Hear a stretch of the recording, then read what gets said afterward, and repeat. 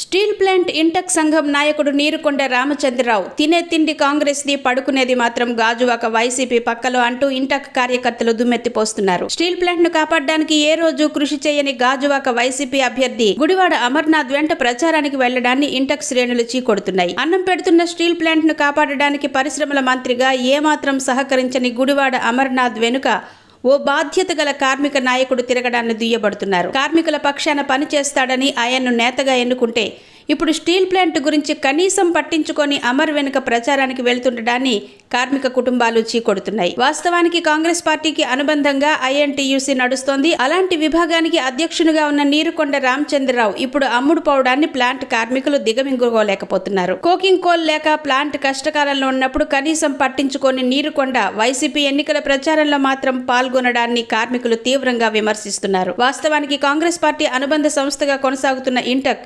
గాజువాకలో కాంగ్రెస్ బలపరిచిన ఇండియా కూటమి అభ్యర్థికి కూడా నీరుకొండ మద్దతునివ్వాల్సి ఉంది. కానీ కాంగ్రెస్ అభ్యర్థికి నీరుకొండ మొహం చాటేసి వైసీపీ రథం ఎక్కడాన్ని కార్మికులు వేలెత్తి చూపిస్తున్నారు. దీన్ని బట్టి ఉక్కు ప్రైవేటీకరణను వ్యతిరేకించే ఉద్యమంలో నీరుకొండ ఎటువంటి శకుని పాత్ర పోషిస్తున్నాడో అర్థం చేసుకోవచ్చని కార్మికులు గుర్తు చేస్తున్నారు. ఇటువంటి నాయకుని వల్లనే స్టీల్ ప్లాంట్ నిలువునా మునిగిపోతోందని కార్యకర్తలు వెల్లడించారు.